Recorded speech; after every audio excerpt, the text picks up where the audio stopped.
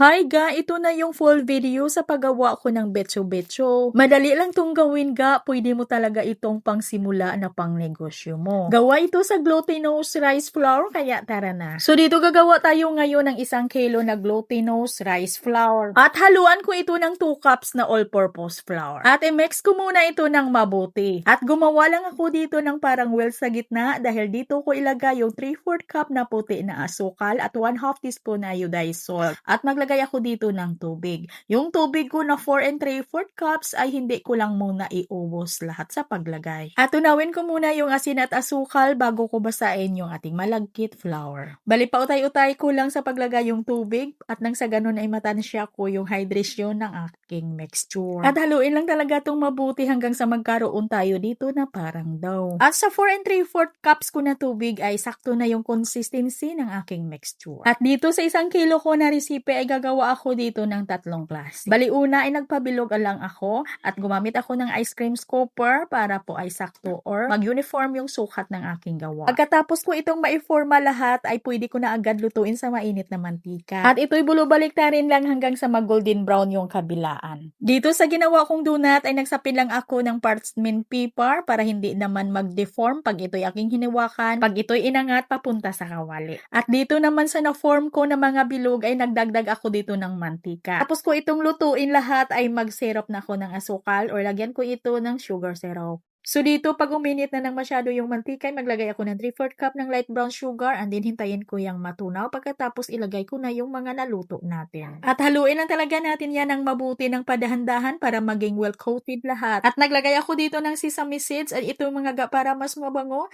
ay nilagyan ko ito ng katas ng kalamansi. Kunti lang or kalahati lang ng kalamansi. At magdagdag lang tayo dito ng asukal para pa sa iban pa nating mga niluto. At gano'n lang din ho yung gagawin natin hanggang sa ito'y matapos. Since na 3 klase yung ginawa ko dito, kaya ay 3 beses din ako naglagay ng 3/4 cup na light brown sugar. Kung gagawa lang kayo dito ng kaunti lang, ay pwede naman nahatiin nyo lang yung mga ingredients natin. At ang bintahan natin dito ay pwede na 3/4 20, pwede ding sa tab, or ilagay natin ito sa tab. Ako nga mga ga sa tab ko ilagay at 70 pesos yung per tab yung bintahan ko dito. At hanggang dito lang yung video natin. Maraming salamat, sana may natutunan. Ito pong muling inyong Kainday Tinapay at bye-bye!